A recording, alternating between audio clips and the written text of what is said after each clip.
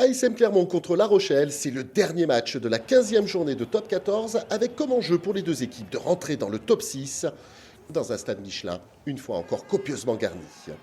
On joue depuis 11 minutes dans cette rencontre et La Rochelle démarre plutôt bien et pilonne devant la ligne d'en but des Clermontois.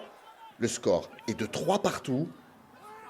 Le ballon tarde un petit peu à sortir et finalement, dans un deuxième temps, c'est Levani Botia qui joue les tractor pooling et inscrit le premier essai du match. La Rochelle mène 10-6 à la demi-heure de jeu. C'est le moment choisi par les Clermontois pour lancer la spécialité maison, le groupe est pénétrant. Ça avance, ça part en crabe, puis ça progresse à nouveau avant de s'écrouler devant la ligne. Monsieur Rosier lève une première fois le bras et part ensuite entre les poteaux. Et cette pénalité en faveur des Clermontois qui passe devant au score 13-10.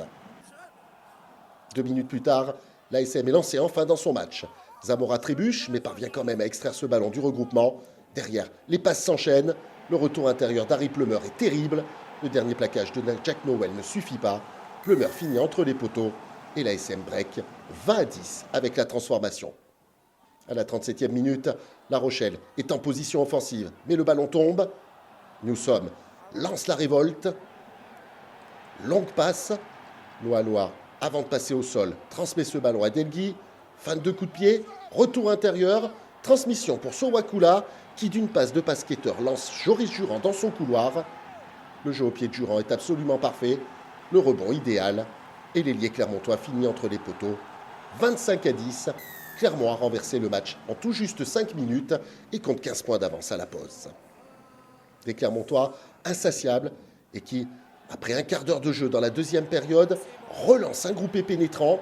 Ça part d'abord sur le côté, puis la marche avant est mise, et c'est Levasio Tolofua inscrit ce que l'on pense déjà être l'essai du bonus. Clermont s'envole et mène 32-10. Mais les Clermontois se relâchent quasiment sur l'action suivante. Les Rochelais font vivre le ballon. Soiteni réussit à passer les bras. Nignashvili accélère. Retour intérieur pour Antoine Astoy, qui résiste au dernier retour de Bautista Delgui. La Rochelle revient à 32-17 et prive l'ASM du bonus. Peu après l'heure de jeu, c'est au tour des Rochelais de faire valoir aussi leur spécialité maison. Le groupe est pénétrant également. Celui-ci est arrêté illégalement par les Clermontois. Monsieur Rosier lève le bras. L'action se développe. Aldrit rebondit sur la défense une fois et résiste à 2 plaquages pour inscrire un nouvel essai Rochelais.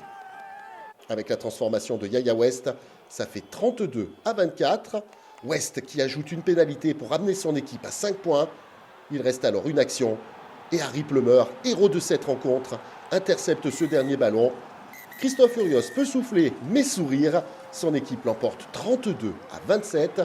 Ronan O'Gara est quant à lui déçu. Les Rochelais ne repartent qu'avec un bonus défensif.